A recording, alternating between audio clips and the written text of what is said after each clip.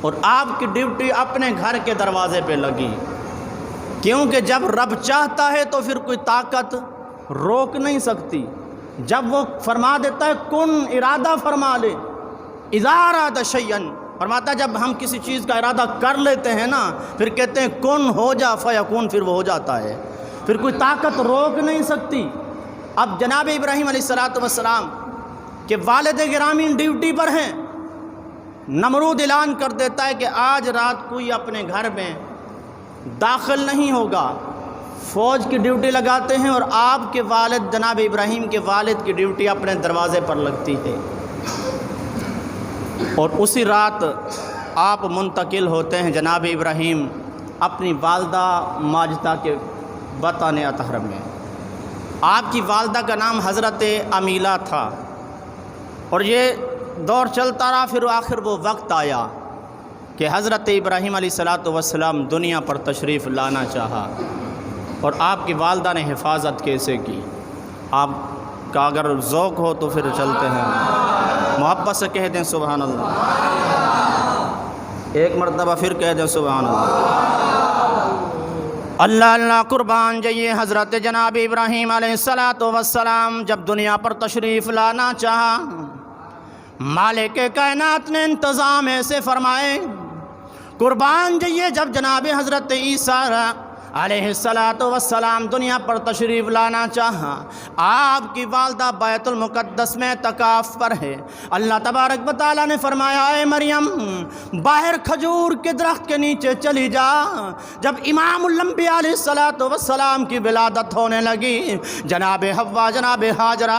آپ دایاں بن کر آپ آقا دو جہاں صلی اللہ علیہ وسلم کی بارگاہ میں، آپ کی والدہ کی بارگاہ میں پہنچتی ہیں دایاں بن کر، مختلف آسائشیں موجود تھی، لیکن جناب ابراہیم علیہ السلام کی جب آمد ہوئی، حضرت جناب ابراہیم علیہ السلام کی امی جان آپ کو جب محسوس ہوتا ہے کہ میرے بچے کی ولادت ہونے والی ہے، اپنے شوہر کو نہیں بتاتی، آپ ایک پہاڑ کے اندر غار کے اندر چلی جاتی ہیں، اپنے بیٹے جناب ابراہیم کو جنم دیتی ہیں۔ حضرت جناب والا امیلہ فرماتی ہیں کہ میں نے جب دیکھا میرے بچے کی جب ولادت ہوئی، میرے بچے کی پیشانی پر چہرے کے اوپر اور پیشانی پر نور کی لاٹیں تھیں، میرے بچے کے آنکھوں سے نور نکل رہا تھا، اتنا حسین چہرہ تھا۔ فرماتی ہے 3 دن تک میں اپنے بیٹے کے ساتھ رہی،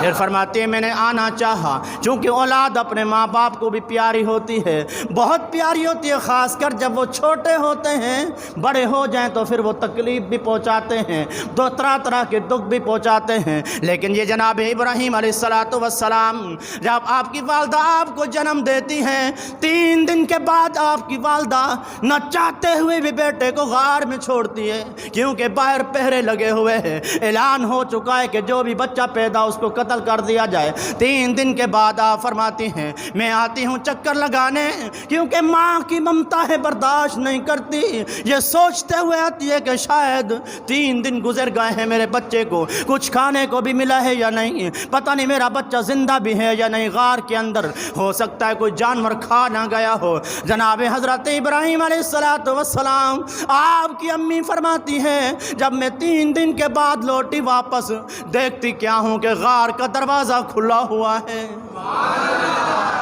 پتھر کے ساتھ دروازہ بند کر کے حفاظتی اقدامات کر کے آئی تھی تاکہ کوئی چیز جا نہ سکے۔ فرماتے بہت بڑی چٹان لگ گئی تھی، فرماتی ہیں جب میں نے دیکھا